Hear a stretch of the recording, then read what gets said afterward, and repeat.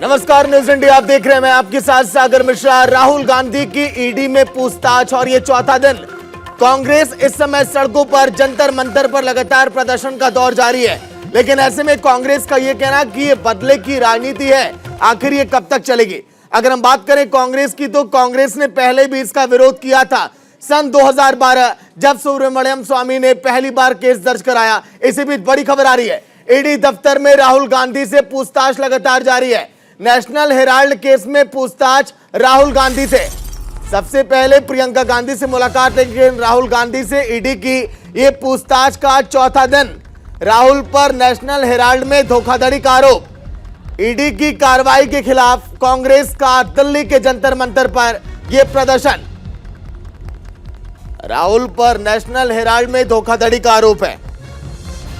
अगर इस पूरे मामले को समझा जाए तो पहले 3 दिन पूछताछ हुई, फिर उसके बाद आज के दिन यह चौथी बार है जब राहुल गांधी पहुंचे ईडी दफ्तर के अंदर। 1 नवंबर सन 2012 सुब्रमण्यम स्वामी ने पटियाला हाउस कोर्ट में केस दर्ज कराया था। फिर उसके बाद तारीख लगातार आगे बढ़ती चली गई। सुप्रीम कोर्ट ने भी इस पर संज्ञान लिया था। सन 2016 में कांग्रेस नेताओं के खिलाफ कार्रवाई को रद्द करने से सुप्रीम कोर्ट ने भी इनकार किया था। नेशनल हेराल्ड में धोखाधड़ी का आरोप, लेकिन ईडी अगर पूछताछ कर रही है तो कांग्रेस को इस पर आपत्ति क्यों? और क्या वाकई में बदले की राजनीति है? न्यूज इंडिया के कई सवाल होंगे जब अभी जुड़ेंगे कांग्रेस के नेता, और यह भी हम पूछेंगे जब हमारे संवाददाता जुड़ेंगे कि आखिर अभी तक पूछताछ में क्या हुआ। 4 दिनों तक कैसा हाव भाव रहा राहुल गांधी का? क्योंकि जब तीसरे दिन पूछताछ हुई तो राहुल गांधी ने कह दिया कि लगता है कि अब यहां पर रोज आना पड़ेगा, जिस तरह से हालात हैं। नेशनल हेराल्ड मामला, ईडी की कार्रवाई के खिलाफ कांग्रेस का धरना। जंतर मंतर पर कांग्रेस प्रदर्शन कर रही है। चलिए सचिन पायलट क्या कह रहे हैं सुनाते हैं आपको। They haven't been able to fill up those backlogs for decades. How does a 4 years ex-serviceman who's 23 years of age believe that they will recruit him or her? So these are all announcements, but we don't know what will happen after 4 years. So young people are right in questioning the move. We as a political party support the sentiments that are being expressed by the young people of India. They must be taken into confidence. They are the future of this nation. How can they feel disenfranchised? How can you not listen to their voices? How can you be so ruthless by snatching away their dreams to serve in the armed forces? That's not fair.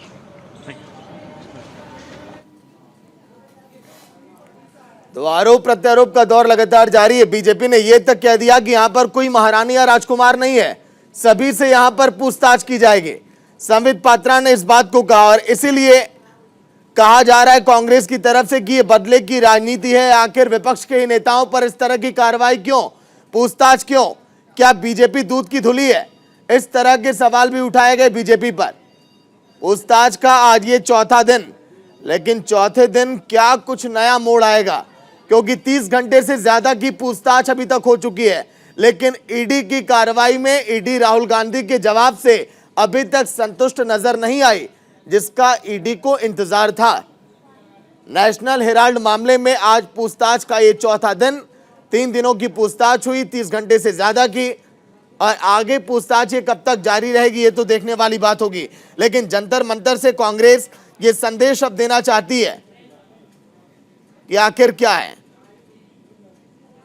Rahul Gandhi के खिलाफ लगातार बयानबाजी का दौर भी जारी है। नेता ऐसे ऐसे बयान भी दे रहे हैं बीजेपी के जो नहीं बोलना चाहिए। जो कल तक आरोप कांग्रेस बीजेपी पर लगाती थी कि चोर है बीजेपी, आज वही अब कहने लगी है बीजेपी कांग्रेस को कि पूछताछ ही होगी। ईडी के सामने राहुल गांधी की पेशी, पूछताछ जारी है, चौथा दिन है। 3 दिन में अभी तक 30 घंटे की पूछताछ हो चुकी है, और ईडी के सवालों का सामना कर रहे हैं इस समय राहुल गांधी। लेकिन कांग्रेस को आपत्ति क्यों? आपने देखा होगा तमाम दिग्गज नेता जिनको जेल में जाना पड़ा, गिरफ्तारी उनकी हो गई, सड़कों पर कई राज्यों के मुख्यमंत्री उतर आए।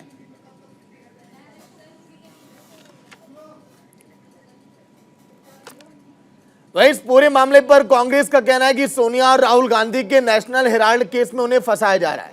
सुनिए राजस्थान के सीएम अशोक गहलोत क्या कुछ कह रहे हैं।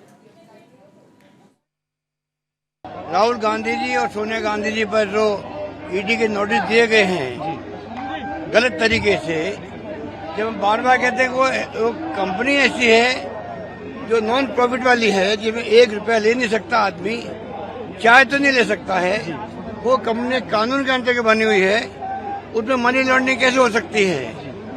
पूरा देश समझ रहा है, पूरे कार्यकर्ता समझ रहे हैं, पूरे देश के कार्यकर्ताओं में जब भयंकर आक्रोश है कि दिल्ली की सरकार को एहसास नहीं है। एहसास करवाने के लिए कार्यकर्ता आए हैं और मैं समझता हूं कि अल्टीमेटली सत्य की जीत होगी। तो जंतर मंतर से रवि सराफ लाइव जुड़ गए हैं पूरी जानकारी के साथ। रवि, जिस तरह से प्रदर्शन लगातार कांग्रेस कर रही है, एक तरफ ये कहा जा रहा है कि ये जो है अग्निपथ को लेकर भी प्रदर्शन है, राहुल गांधी की पेशी को लेकर भी प्रदर्शन है, नेताओं के लगातार बयान भी आ रहे हैं। रवि,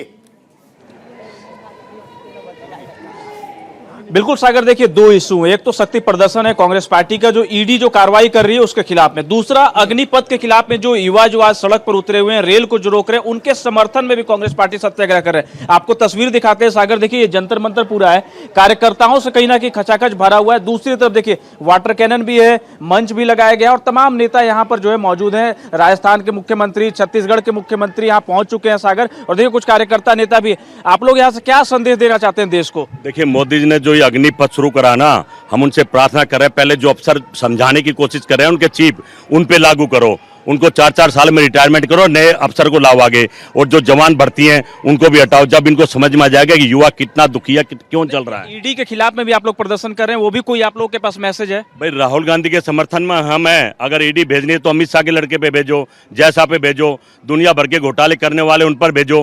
कहीं ना कहीं राहुल गांधी सच्चा है, जो आनंद भवन दान दे सकते हैं, वो कैसे इतना बड़ी ईडी जब कार्रवाई कर रही है तो तकलीफ किस बात की आप लोगों को हो रही है? तकलीफ नहीं हमें, राहुल गांधी रोज जा रहे हैं, पर ईडी उस राहुल गांधी के बहाने से पीछे जो घोटाला करना चाह रहे हैं, जो अग्निपथ थोपना चाह रहे हैं, जो शर्मा, जो नुपुर शर्मा थी उसको दबाना चाह रहे हैं, जो पंडित प्लान कर रहे हैं उनको दबाना चाह रहे हैं। हम ये कई सारे इश्यूज है सागर, और देखिए तस्वीरें आपको दिखाते हैं। ये देखिए वाटर कैनन यहाँ पर लगा हुआ है, और अगर उग्र होता है प्रदर्शन तो उसे रोकने के लिए मंच पे फिलहाल जो है तमाम पार्टी के बड़े नेता मौजूद हैं, और कार्यकर्ता पूरे देश भर से इकट्ठा किए गए बड़े बड़े नेता। क्यों आए आप लोग, क्या कारण है? देखिए, ऐसा है कि मोदी सरकार जो है वो राहुल गांधी से डरी हुई है। राहुल गांधी को कभी ईडी दफ्तर बुलाती है, कभी अग्निपथ योजना ला करके इस देश के युवाओं को बरगलाती है। उसी के खिलाफ में आज हमारा कांग्रेस पार्टी का सत्याग्रह है, और ये सत्याग्रह जारी रहेगा जब तक राहुल गांधी कि आपको हम परेशान कर रहे हैं। और इस वजह सड़क पे तो छात्र भी हैं, वो भी ट्रेन रोक रहे हैं, आप लोग भी जंतर मंतर बैठ के लोगों को परेशान कर रहे हैं, जगह जगह पर जाम है। नहीं, देखिए ये तो वही चीज है ना, सरकार हम नहीं चला रहे हैं। सरकार हमें क्यों बाध्य कर रही है सत्याग्रह करने के लिए और सड़क पर उतरने के लिए? क्योंकि हमारे नेता को परेशान कर रही है, इस देश के आम जनमानस को परेशान कर रही है, युवाओं को परेशान कर रही है। इसलिए सरकार को चेताने का और कोई रास्ता नहीं है, यही रास्ता है जिससे सरकार चेतेगी। देखिए तो इनका कहना यही रास्ता है सरकार को चेताने के लिए। और दूसरी तस्वीर देखिए, ये पूरा बैरिकेडिंग यहाँ पर लगाया गया है, दिल्ली पुलिस के जवान यहाँ पर तैनात हैं, और कहीं ना कहीं कार्यकर्ता और नेताओं को भी रोका जा रहा है। तो पूरा इंतजाम सागर जो है दिल्ली पुलिस ने आज कर रखा है। हालांकि कांग्रेस पार्टी की तरफ से भी पूरा इंतजाम किया गया है, देश भर से नेताओं को बुलाया गया है, कार्यकर्ताओं को बुलाया गया है, और एक बड़ा जमावड़ा जंतर मंतर पर लगाया गया। क्योंकि पहले जिस तरह की तस्वीरें देखने को मिलती थी कि कांग्रेस दफ्तर तमाम नेता और कार्यकर्ता पहुंच रहे थे, उनको हिरासत में लिया जा रहा था, तो उसके विपरीत जंतर मंतर पर परमिशन लिया गया और तमाम बड़े नेताओं को बुलाया गया है। मंच पर एक एक करके नेता भाषण दे रहे हैं और ईडी के खिलाफ में सत्याग्रह कर रहे हैं। और फिलहाल अग्निपथ योजना को भी इसमें जोड़ दिया गया है, क्योंकि छात्र उग्र हैं, पूरे देश भर में आंदोलन हो रहा है, और कहीं ना कहीं भारत बंद का भी कॉल है। चलिए ठीक है रवि, लौट कर आऊंगा।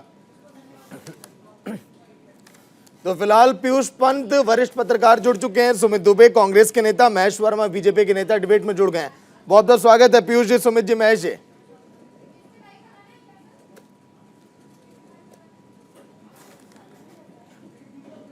तो कांग्रेस का प्रदर्शन, ये सत्याग्रह,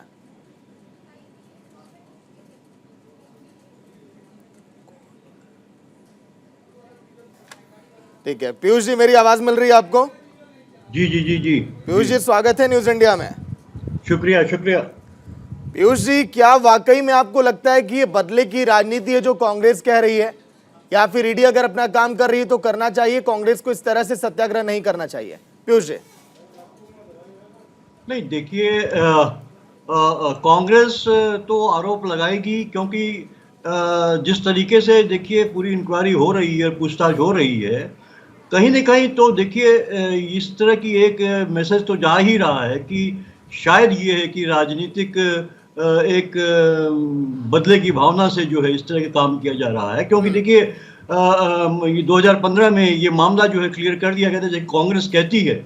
और एक जो सबसे इसमें चक्कर है, देखिए जो सर्कुलर जो है कि इनकम टैक्स ने एक सर्कुलर जो है दिसंबर 2018 में जारी किया था, जिसके तहत जो है कि वो उसके आधार पे जो है ये एकदम क्लीन चिट मिल जाती है जो है कि राहुल गांधी को उसमें जो है कि नेशनल हेराल्ड केस में। लेकिन उसके बाद जो है जब दबाव पड़ा पॉलिटिकल लीडर्स का, भारतीय जनता पार्टी सरकार का, उसके बाद जो है इनकम टैक्स डिपार्टमेंट को उस सर्कुलर को वापस लेना पड़ा और उसने उस सर्कुलर को जो है उससे अपना पल्ला झाड़ लिया, दूसरा सर्कुलर निकाल लिया।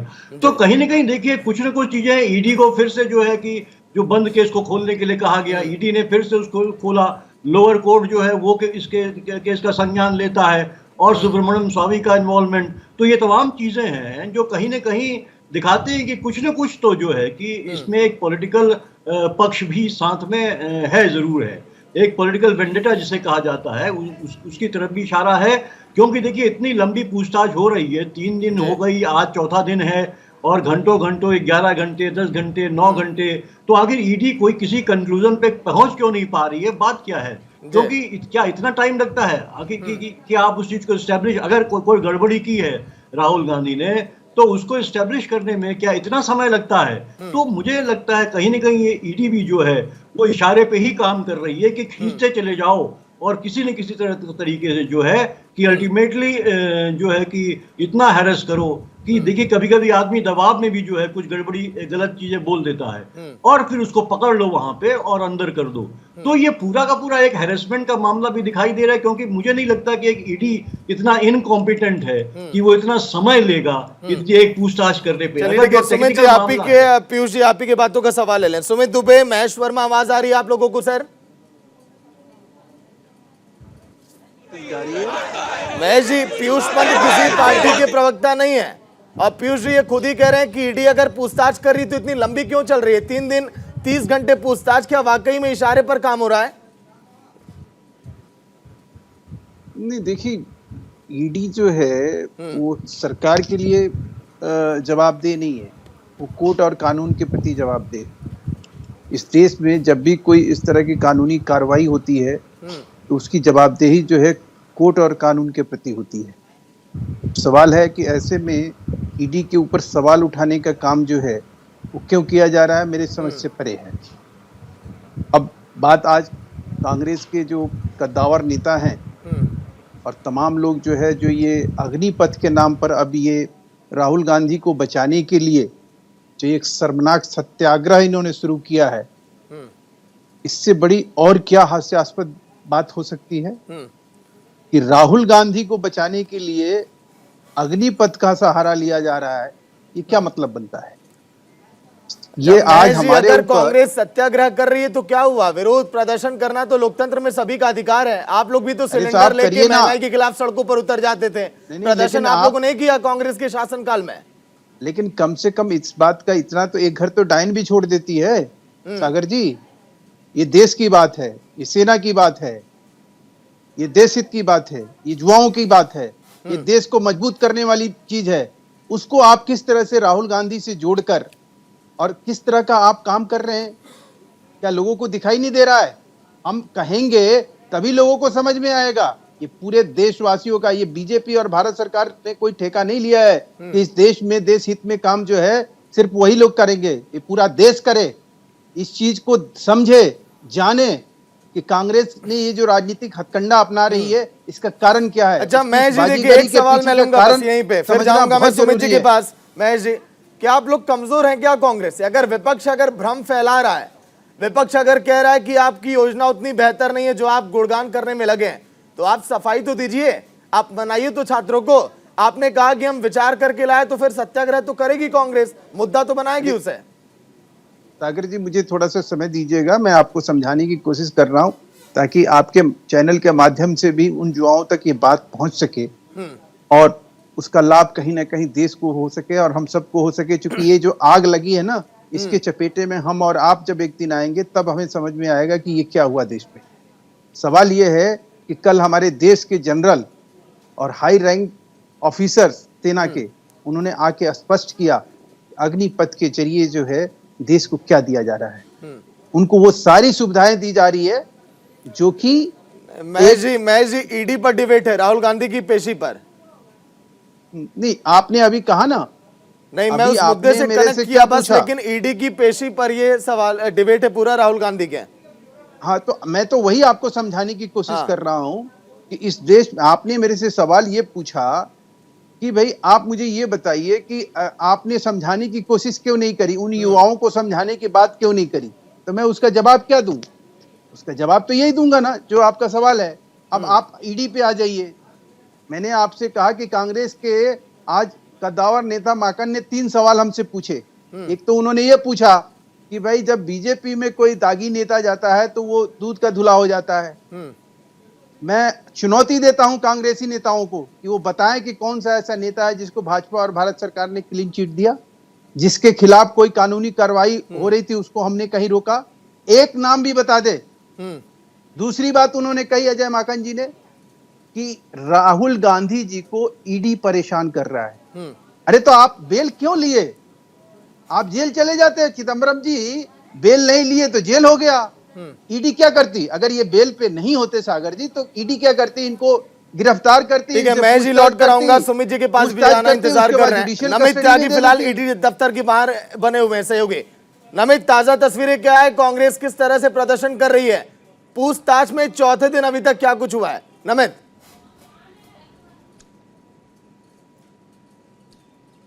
देखिए, बिल्कुल राहुल गांधी से आज चौथे दिन लगातार जो ईडी की पूछताछ है वो जारी है। आधे घंटे से ज़्यादा का वक्त हो गया है और मेन जो ईडी दफ्तर के बाहर की तस्वीरें हैं वो मेरे कैमरा पर्सन आपको दिखाएंगे कि वहाँ पर भारी संख्या में अभी भी दिल्ली पुलिस के जो लोग हैं उनको वहाँ पर डिप्लॉय किया गया है। और मेन जो सड़क है, सबसे पहले उस सड़क को दिखा दूँ जहाँ से ईडी दफ्तर के आने वाली मेन रोड है, वहाँ पर डबल लेयर की बैरिकेडिंग की गई है। इसके साथ साथ वाटर कैनन जो है वो वहाँ पर बुला लिया गया है, यानी कि अगर यहाँ पर कोई भी प्रदर्शनकारी या कांग्रेस का कोई भी कार्यकर्ता यहाँ पर पहुँचता है तो उसको तुरंत जो है उससे सख्ती से दिल्ली पुलिस निपटेगी। हालांकि जो राहुल गांधी से पूछताछ का वक्त है तकरीबन आधे घंटे से ऊपर का वक्त हो गया है और हमारे जो सूत्र बता रहे हैं उनसे लगातार पूछताछ जारी है। पिछले तीन बार जब राहुल गांधी की पेशी यहाँ पर हुई थी, उनसे जो सवालात किए गए थे उन्हीं सवालों में से कुछ सवाल जो हैं वो रिपीट भी ईडी करेगी। लेकिन क्योंकि रिपीट इसलिए करेगी क्योंकि इससे पहले जितनी भी बार राहुल गांधी से सवालात किए गए थे उनका जवाब जो है वो सही तरीके से राहुल गांधी ने नहीं दिया है, यानी कि ईडी उन जवाबों से संतुष्ट नहीं थी। इसी वजह से आज राहुल गांधी से उन सवालों को भी रिपीट किया जाएगा।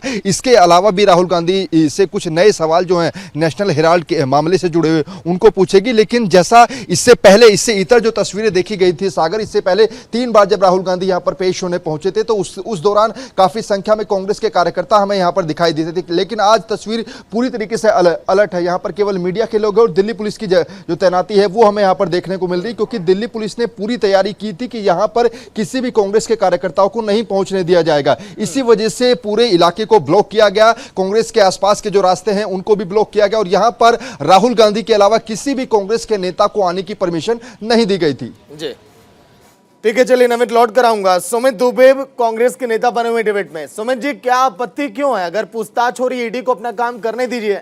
30 घंटे हो गए, राहुल गांधी के जवाब से संतुष्ट भी नहीं है ना ईडी।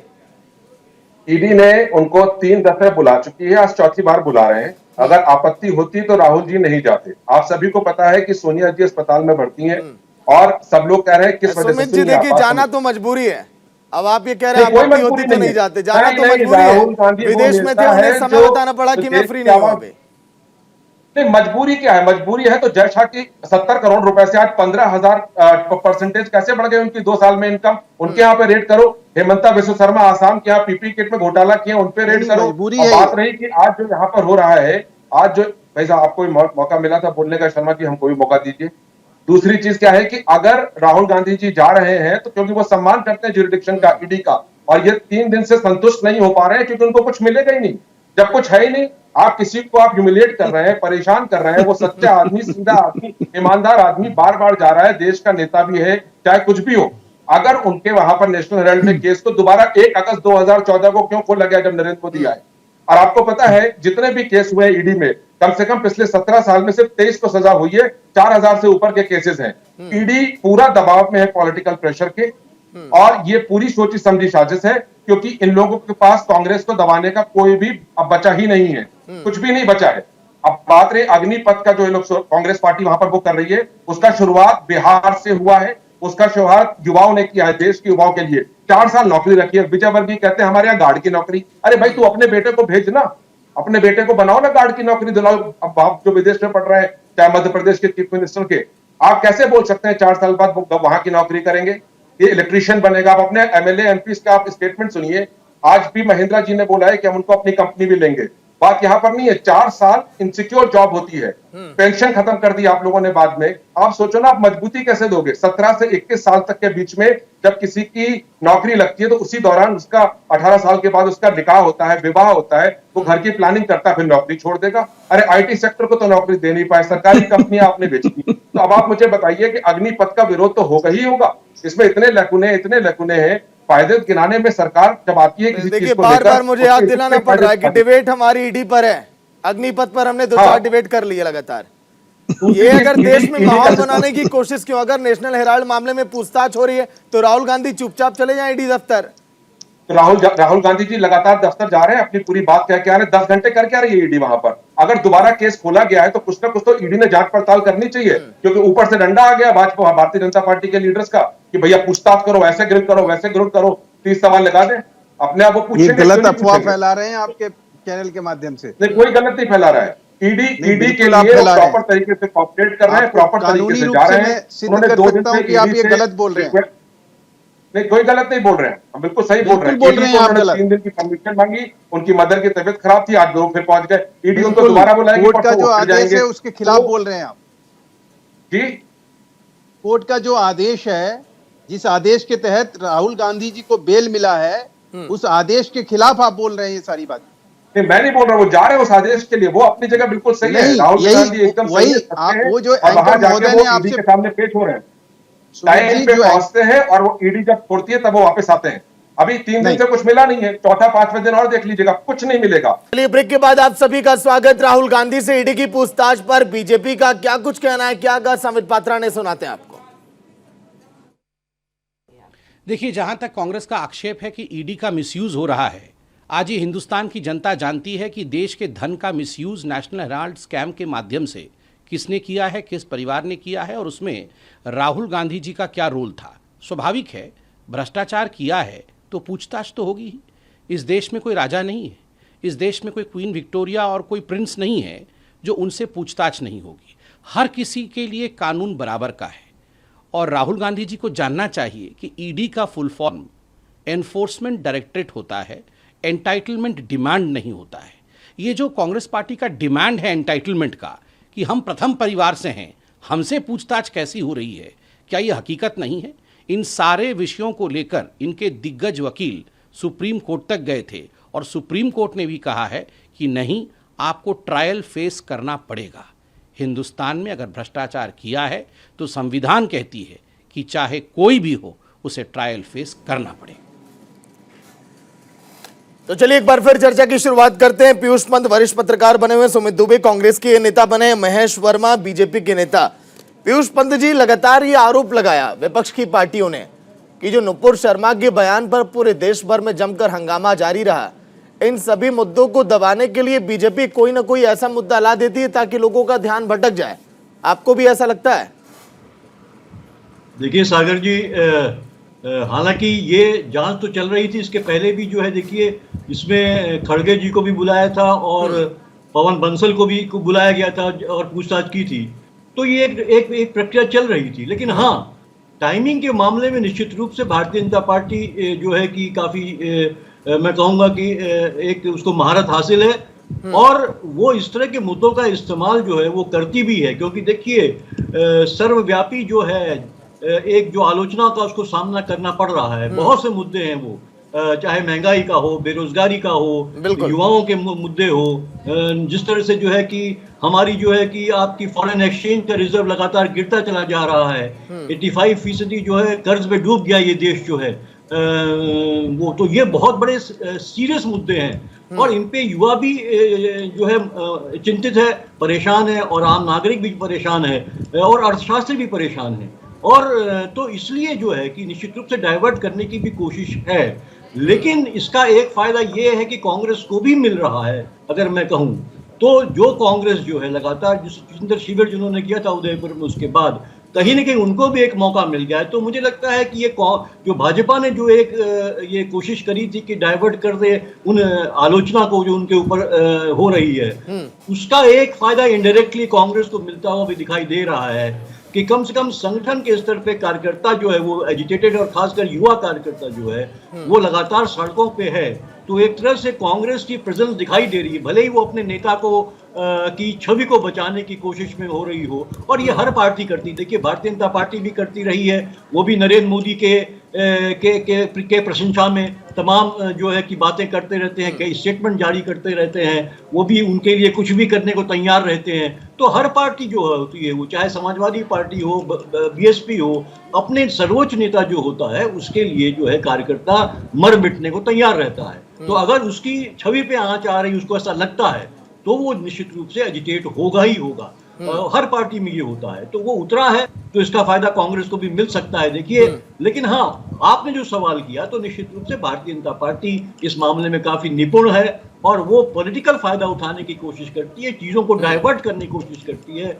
और देखिए अग्निपथ भी जो है वही एक योजना है, किस तरह से जो है कि जो बेरोजगारी इनसे संभल नहीं पा रही है सरकार से, और वो जो है लॉलीपॉप दे दे के लोगों को भटकाने का काम और कर रहे हैं, जो कि काफी एक गंभीर मामला है। इस पे इनको पुनर्विचार करना चाहिए कि इस तरह से आप जो है उत्पादकता बढ़ाइए। 2 करोड़ नौकरियों से लेके अब 1.5 साल में, चूंकि चुनाव है 2024 में, तो सिर्फ जो है 10 लाख नौकरी का वादा कर रही है।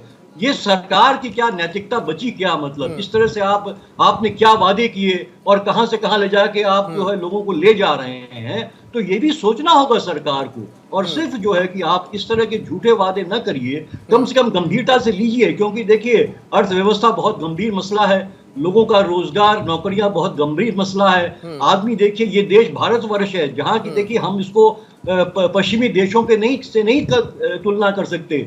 जो विकसित देश हैं वहां पे अपॉर्चुनिटीज बहुत हैं वहां पे। अब अमेरिका को लीजिए, अगर वहां पे 4 साल बाद आदमी आता है, पढ़ाई भी पूरी करके, कुछ और भी नौकरी, वहां प्रति घंटे जो है उसको जो है मजदूरी मिलती है।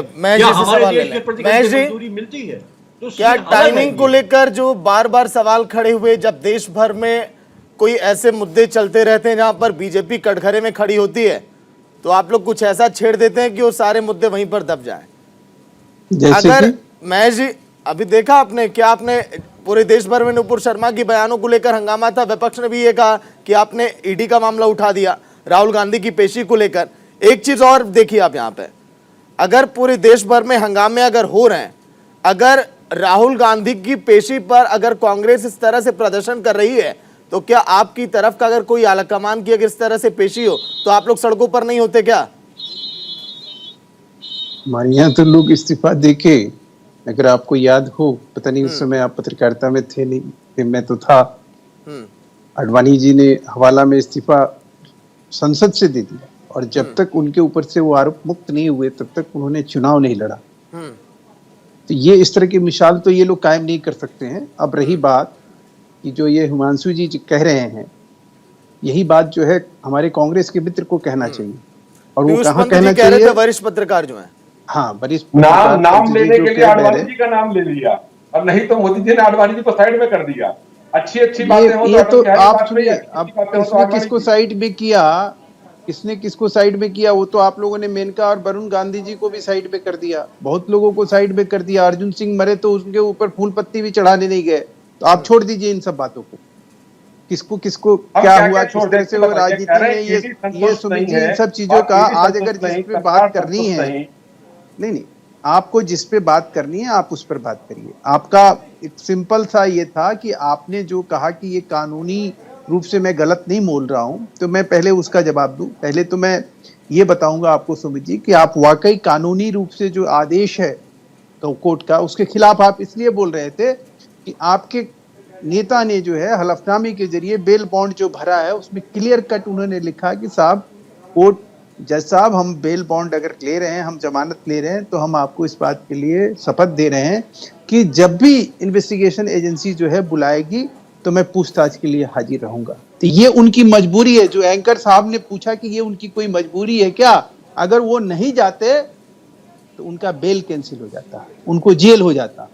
उसकी मजबूरी में राहुल गांधी वहां जा रहे हैं और उसका मजबूरी नहीं है, वो सच्चे आदमी है, वो इस बात से चाहते हैं देश को कि मैं स्वच्छ हूं, इस बात हूं, को छुपाने के लिए और इस बात को कहीं ना कहीं राजनीतिक फायदा उठाने के लिए आप राहुल गांधी के इस चीज को, इस कैरेक्टर को, इस चरित्र को आप कहीं सामने नहीं ला रहे हैं। एक बात। दूसरी बात आप सुन लीजिए कि आप ये कह रहे हैं कि भाई राहुल गांधी तो बिल्कुल निर्दोष है। तो अगर आप निर्दोष ही हैं तो आपको किसने रोका है? आपको ईडी परेशान कर रही है तो आपके पास एक कानूनी विकल्प है ना 482 में जाने का।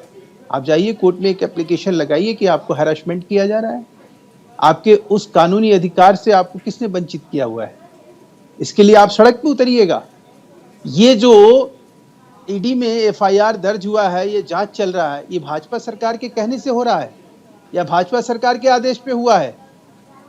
ये देश को पता चलना चाहिए। आप लोगों की ये जो कारगुजारी है, ये जो बाजीगरी है, आप लोग का ये जो राजनीतिक झंडा है, कौन सा इंस्टीट्यूशन एक बात। दूसरी बात जो वो पुष्पेंद्र पंत जी ने जो बात कही, आप आइए। मैं जी जंतर मंतर की तस्वीरें दिखाने जा रहा हूं।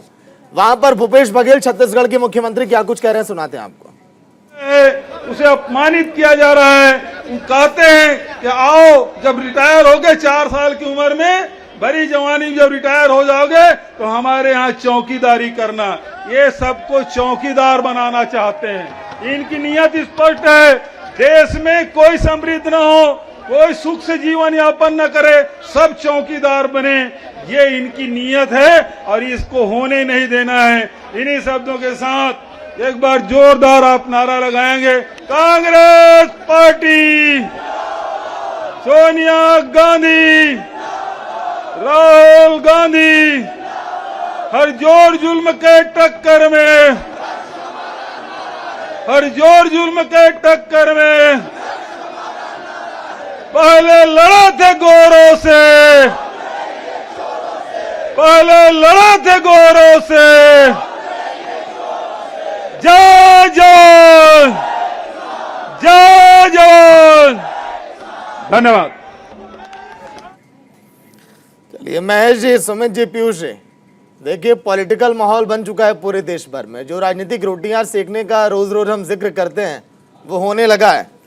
सुमित जी, क्या अगर आपकी पार्टी का कोई बड़ा चेहरा नेता अगर विरोध करने का यही तरीका है कि बैरिकेड के ऊपर से चढ़ के विरोध आप करिए, वहां पर हंगामा आप करिए, पार्टी को रिप्रेजेंट आप कर रहे हैं, वहां पर प्रदर्शन करने का ये भी तो तरीका नहीं है? आज शांतिपूर्वक प्रदर्शन हो रहा है, आज कोई दिक्कत नहीं है। मैं पहले की भी बात कर रहा हूं, जो 3 दिन आप लोगों ने किया था। नहीं, प्रोटेस्ट तो करेंगे, बिल्कुल करेंगे प्रोटेस्ट। तानाशाही के खिलाफ तो आवाज उठाएंगे, गोली खानी पड़ी खाएंगे हमारे कार्यकर्ता, इसमें कोई गलत नहीं है। ऊपर से ऑर्डर आते हैं, नहीं तो नहीं होता है। तो फिर आप लोगों में और उपद्रवियों में फर्क क्या रह जाएगा? अगर आप लोगों के लिए भी वाटर कैनन का इस्तेमाल होगा, अगर आप लोगों के लिए भी आंसू गैस के गोले छोड़े जाएंगे, आप लोगों के ऊपर भी पुलिस कर्मियों को हाथ उठाना पड़े, तो फिर फर्क ही नहीं रह गया ना यहाँ पे। हमारी तरफ से कोई भी हिंसा का काम नहीं हो रहा है, ना किसी ने किया है, किसी ने अभद्र भाषा का प्रयोग नहीं किया, किसी ने मारा नहीं। आपको पता है भारतीय युवा कांग्रेस के अध्यक्ष को उठा के लाए, पुलिस वाले ने उनको लाते मारी। क्यों मारी भाई लाते? इनकी असलियत की एक छोटी सी और बात रह गई है जो आपने मुझे कंटिन्यू नहीं कराया। चलिए कंप्लीट करिए महेश जी, फिर आऊंगा सुमित जी पे। हाँ, अब आ जाइए कि सुमित जी, जो आप कह रहे थे कि ये केस जो है ईडी ने इनको पूछताछ के लिए बुलाया, माँ बेटों को बेल होने के 7 साल बाद आपको बुलाया गया है। चार्जशीट फाइल करनी होती है 2 साल के बाद, और 2 साल के बाद अगर नहीं होती है तो कोर्ट को जो है आईओ से पूछता है कोर्ट कि आप 2 साल के अंदर चार्जशीट फाइल क्यों नहीं किए। ये सीआरपीसी में है श्रीमान। इस चीज को अगर आप इस देश के कानून और संविधान में आपको विश्वास नहीं है तो कहिए ना इस बात को कि हम नहीं मानते हैं, क्योंकि हम गांधी नेहरू परिवार से हम वास्ता रखते हैं। हम इस देश पे 50 साल रूल किए हैं, हमारी सोच समझ ऐसी हो गई है कि ना हम देश के संविधान मानते हैं, ना कानून मानते हैं, ना कोर्ट मानते हैं, ना न्यायालय मानते हैं। हमारे 2 रूल कर रहे हैं, दोनों में बहुत फर्क है। फिर वही बात जी, आप उसी मुद्दे पे रहिए, जो सवाल आपने उठाया मैं वहीं पे आता हूँ। अब आ जाइए पीयूष पंत जी ने जो बात उठाई, इस देश में महंगाई है, बेरोजगारी है, भूखमरी है, कोरोना है, आइए ना इस पे संसद में क्यों नहीं बहस करते हैं? ये जो पत्रकार महोदय बोल रहे हैं ये क्यों नहीं उठाते हैं इस मुद्दे को? हम आपको भैया, बताते हैं आपकी पार्टी कि ने तो कह दिया कि 80 कोरोना करोड़ काल में परिवार एक को भी हमने आदमी खाना कैसे ऑक्सीजन की दिया, सप्लाई से नहीं मरा। 200 आप करोड़ लोग तो वैक्सीन कहाँ अमानवीय से लोग लेके हैं। आए, आपको 40 पता लाख है, करोड़ रुपए का आपके- बजट कहाँ से लाके आपके आए, स्टेटमेंट 14 रहे लाख करोड़ और रुपए योगी का आदित्यनाथ सामाजिक ठीक है, महेश जी इन सब मुद्दों पर डिबेट ना हो तो बेहतर है। आप लोग की पार्टी ने याद कर लिया 80 आप करोड़ इन सब परिवार, चीजों को छोड़ दीजिए। देश में आप 80 इन सब करोड़ चीजों को परिवार छोड़ है भी दीजिए। क्या? उस पत्रकार महोदय देश उठा में रहे 80 थे करोड़ आपके परिवार बिहार है पे। भी क्या? 135 करोड़ की आबादी में 80 करोड़ परिवार आ जाएंगे। इस पर अगर गहराई से चर्चा करेंगे बड़ा लंबा समय चला जाएगा। सागर सुमित जी आपको जवाब चुनौती दीजिए। देता हूं मैं, अगर 80 राहुल करोड़ गांधी परिवार 80 करोड़ परिवार कहां से हो जाएंगे देश भर में? फिर बता रहा एक हूं, परिवार में आप कितने करेक्ट सदस्य कर होते हैं लीजिए, आप मैक्सिमम पत्रकार मिनिमम? होने के नाते ऐसी बात मत करिए। नहीं तो 80 चर्चा करोड़ इस पर परिवार नहीं है, बहुत होगा। लंबा समय चला जाएगा। ईडी में पेशी पर है लंबा सवाल। चला जाएगा, सुमित जी आपको समझने की जरूरत है तो ईडी समझिए, आप समझ कर आप आइए तो समझाइएगा। महंगाई बेरोजगारी बहुत बड़ा मुद्दा है, पूरा दिन निकल जाएगा उस पर। आप लोगों ने क्या काम किया हम है? सब लोग बैठ के सुमित जी सुने। बोलिए। हाँ, और चाय मंगा लें, पकौड़े खा ले, तल्ले ही खा लें। सुनिए, ऐसा है कि मजाक बनाने के लिए यहाँ मैं नहीं बैठा हूं। डिबेट को आप अलग दिशा में मोड़ रहे हैं तो हमें जवाब देना पड़ेगा। देता है पॉलिटिकल बैन देता है जी, बिल्कुल क्लियर कट। नहीं तो अगर खोला गया है तो राहुल जी जा रहे हैं, 3 बार जा चुके हैं, 4थी बार भी आज गए हैं, 5वीं बार भी जाएंगे अगर उनको बुलाया जाएगा। बस ये है कि कांग्रेस पार्टी राहुल गांधी को, भारतीय जनता पार्टी को संतुष्ट करने में लगे। मोदी जी संतुष्ट नहीं होंगे, किसान के इतने लोग हो गए संतुष्ट नहीं हुए, आज युवा पे हैं तो संतुष्ट नहीं है। बस यही 2 लोग संतुष्ट रहे, भारतीय जनता पार्टी संतुष्ट रहे और मोदी जी संतुष्ट रहे और ईडी संतुष्ट रहे। उन्हीं की संतुष्टि में कांग्रेस पार्टी लगी रहे। ना महंगाई, ना बेरोजगारी, ना बढ़ते दाम, ना नुपुर शर्मा, ना उपद्रव, ना लफड़ा, कुछ नहीं। बिल्कुल बेदाग है। और जहां मौका मिले वहां उत्तर प्रदेश जैसे हर जगह लिखवा दो, उत्तर प्रदेश नंबर 1। खाने को मोहताज, चीजें मुश्किल। आप लोगों का पूरा सिस्टम ही गड़बड़ है, नीतियां पूरी अनीतियां हैं और हम लोग उसको लगातार देख रहे हैं। इस बार युवा जागा है और राहुल गांधी जी ने आज से 1.5 साल पहले भी कहा था और 6 महीने पहले भी कहा था। राहुल गांधी जी ने कहा था कि आप प्लीज देश में केरोसिन ना छिड़के, उसी का नतीजा है। आज कब तक आदमी आप उसका टेस्ट लेंगे, आप हिंदुस्तानियों का कितना आप युवाओं का टेस्ट लेंगे? अगर मैं आपके बेटे को 4 साल की नौकरी देता हूं फिर कहता हूं निकल लो, ईडी पे बोल रहे हैं, आप अगली सागर जी सिक्योरिटी चाहिए, ईडी पे बोल रहे हैं, आपके मुद्दे पे बोल रहे हैं। सुनिए सुमित जी मैंने एक सीधा सा सवाल आपसे किया। सुमित जी सवाल सुनिए, आपने कहा शांतिपूर्ण प्रदर्शन, क्या बैरिकेड चढ़ के ऊपर जाना, वहां पर हाथापाई करना, यही आपका शांतिपूर्ण प्रदर्शन होता है? देखिए आदमी, पुलिस रोकती है, वो लोग अपना आक्रोश दिखाते हैं, जोश दिखाते हैं, वो होता है। लेकिन किसी ने किसी को हानि नहीं पहुंचाई, किसी को मारा नहीं, अपने आप अरेस्ट हुए, पूरे जेल में बैठे, कहीं ने किसी ने कोई उपद्रव नहीं किया। वो चिल्लाने का तरीका होता है, जोश में होता है, वो उसमें कोई वो नहीं है। लेकिन कोई भी नुकसान नहीं किया, कोई चीज तोड़ा फोड़ी नहीं करी। यूथ कांग्रेस ने हो, भारतीय कांग्रेस ने हो, किसी ने भी हो, लीडर्स ने आज भी प्रदर्शन कर रहे हैं। अब उसी के बीच में लाठीचार्ज इनको दिखाइए। दोगे। सुमित जी बाइट देखिए, अगर ये चैनल वाले आपको बाइट दिखा सके कि आप लोगों ने किस तरह से सड़कों पर टायर जलाया, किस तरह से आगजनी करी। होना चाहिए, अभी और होना चाहिए। इस सरकार को घुटने टेकने पड़ेंगे, अग्निपथ भी वापस करना पड़ेगा और ईडी को भी कहना पड़ेगा राहुल गांधी क्लीन चिट बताइए ना जी, क्या सड़कों पर और टायर जलने चाहिए और उपद्रव होने चाहिए, यही आप कह रहे हैं? क्या चीज? सागर जी किस बात के लिए घुटना टेकना चाहिए, ये इनसे पूछिए ना, किस बात के लिए घुटना टेकना चाहिए सरकार को, ये बता दीजिए। किसान आंदोलन के बाद बोला ना सॉरी देशवासियों, सॉरी, वैसे अभी बोलेंगे फिर से सॉरी अग्निपथ के लिए। अरे वही मैं पूछ रहा हूं ना। ठीक है सुमित जी, मैं पीयूष जी रोक रहा हूं, लौट कर आऊंगा आप सभी के पास। तो चलिए एक बड़ी खबर आ रही है, पीएम नरेंद्र मोदी बेंगलुरु के दौरे पर, कर्नाटक का दौरा पीएम नरेंद्र मोदी का बेहद अहम। पीएम नरेंद्र मोदी कई परियोजनाओं की सौगात देंगे। बेंगलुरु उपनगरीय रेलवे परियोजना की आधारशिला रखेंगे PM Narendra Modi. Doctor BR Ambedkar school of economics का भी उद्घाटन। योग दिवस कार्यक्रम में शामिल होंगे पीएम नरेंद्र मोदी। लिंगायत के प्रमुख संस्थान सुत्तूर मठ भी जाएंगे पीएम। पीएम नरेंद्र मोदी का कर्नाटक दौरा, doctor BR Ambedkar school of economics का उद्घाटन, इसके साथ ही साथ कई और बड़े कार्यक्रम में शामिल होंगे। योग दिवस 21 जून वो तारीख जो ऐतिहासिक दिन होता है, सन 2014 में इसकी शुरुआत। सहयोगी गौरव पूरी जानकारी के साथ लाइव जुड़ गए हैं। गौरव, पीएम नरेंद्र मोदी का दौरा कितना अहम और कौन सी बड़ी सौगातें मिलने वाली हैं बेंगलुरु वासियों को? बिल्कुल, देखिए प्रधानमंत्री नरेंद्र मोदी का ये दौरा बेहद महत्वपूर्ण हो जाता है। खास करके अगर हम बात करें, पहले प्रधानमंत्री नरेंद्र मोदी 2 दिवसीय गुजरात दौरे पे थे और गुजरात दौरे के बाद सीधे अगर हम बात करें तेलंगाना की, कर्नाटक की, तो कर्नाटक का ये जो दौरा है ये बहुत महत्वपूर्ण दौरा है प्रधानमंत्री नरेंद्र मोदी का। और प्रधानमंत्री नरेंद्र मोदी जो है वो अपने विशेष विमान से यहाँ पर पहुँचे और यहाँ पर पहुँचने के बाद उनको यहाँ के मुख्यमंत्री और राज्यपाल ने रिसीव किया है। और इस वक्त मैं जहाँ मौजूद हूँ इसी मैदान में प्रधानमंत्री नरेंद्र मोदी को पहुँचना है। और जो तयशुदा कार्यक्रम है अगर उसकी हम बात करें तो यहाँ पर अपार जन समर्थन जो है वो प्रधानमंत्री नरेंद्र मोदी को बेंगलोर में सुनने के लिए आएगा। खास करके इसको लेकर के पुलिस बंदोबस्त की बात करें, सुरक्षा व्यवस्था की बात करें, चप्पे चप्पे पे जो पुलिस के जवान हैं उनकी तैनाती की गई है। और प्रधानमंत्री नरेंद्र मोदी का ये कार्यक्रम इसलिए भी बेहद महत्वपूर्ण हो जाता है कि क्योंकि अगर हम बात करें, दोनों ही चुनावी राज्य हैं, गुजरात की बात करें और अगर हम कर्नाटक की बात करें, तो ऐसे में एक बहुत बड़ी करोड़ रुपए की परियोजनाएं हैं जिनका उद्घाटन करना है।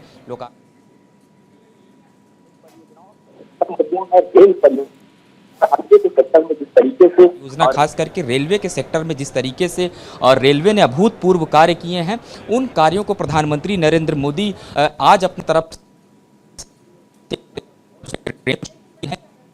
जी। चलिए ठीक है, लौट कर आऊंगा गौरव आपके पास। 2 दिवसीय पीएम नरेंद्र मोदी का कर्नाटक दौरा, आपसे कुछ ही देर में पीएम नरेंद्र मोदी संबोधित भी करेंगे। बेंगलुरु पहुंच चुके हैं पीएम नरेंद्र मोदी। देखिए जहां पर तमाम दिग्गज नेताओं ने बीजेपी के स्वागत किया पीएम नरेंद्र मोदी का और कई बड़ी सौगातें मिलने वाली इस दौरान। कर्नाटक वासियों को इसका इंतजार था। बेंगलुरु और मैसूर की यात्रा करेंगे पीएम। बेंगलुरु और मैसूर की यात्रा पीएम नरेंद्र मोदी की। कई परियोजनाओं का पीएम नरेंद्र मोदी सौगात देने पहुंचे कर्नाटक।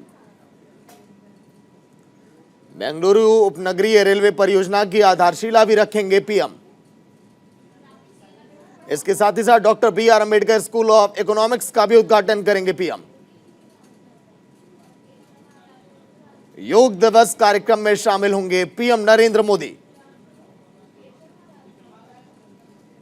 लिंगायत के प्रमुख संस्थान सनूर मठ का भी दौरा है जहां पर पीएम नरेंद्र मोदी पहुंचेंगे।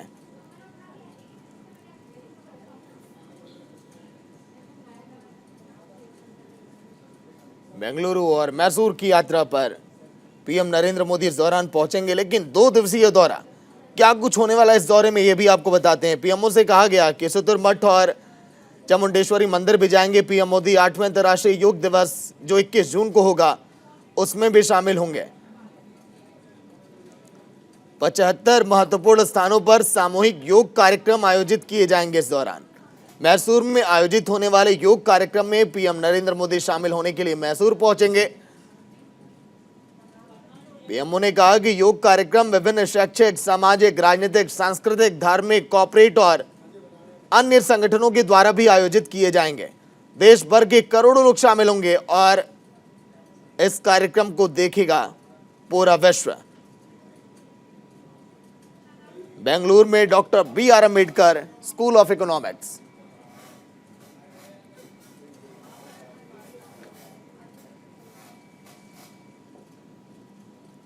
प्रौद्योगिक हब समर्पित करेंगे पीएम मोदी। 27,000 करोड़ रुपए से ज्यादा की कई रेल और सड़क बुनियादी ढांचा परियोजनाओं का भी उद्घाटन। मैसूर में महाराजा कॉलेज ग्राउंड और एक सार्वजनिक समारोह में भी शामिल होंगे पीएम। नागनहल्ली रेलवे स्टेशन पर कोचिंग टर्मिनल की आधारशिला रखेंगे पीएम मोदी। और भारतीय वाक श्रवण संस्थान यानी कि AIISH में संचार विकार करने वाले व्यक्तियों के लिए उत्कृष्टता केंद्र राष्ट्र को समर्पित करेंगे। सतूर मठ और चामुंडेश्वरी मंदिर भी पीएम नरेंद्र मोदी पहुंचेंगे मत्था टेकने के लिए। 8वें अंतर्राष्ट्रीय योग के लिए पीएम नरेंद्र मोदी मैसूर में होंगे। करोड़ों लोग देखेंगे उस कार्यक्रम को। पूरी दुनिया में योग का संदेश अगर किसी ने पहुंचाया तो वो है अपना देश हिंदुस्तान। और 21 जून वही वो तारीख जिसकी शुरुआत की गई थी आज के 8 साल पहले।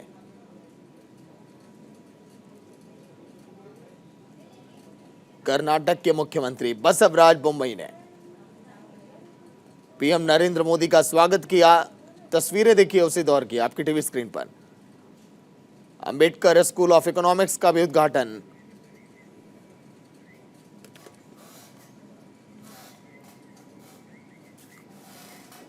तो पीएम नरेंद्र मोदी का कर्नाटक दौरा बेहद अहम है। मैसूर भी पहुंचेंगे पीएम नरेंद्र मोदी, जहां पर योग दिवस कार्यक्रम में शामिल होंगे, जहां से करोड़ों लोग देखेंगे उस कार्यक्रम को।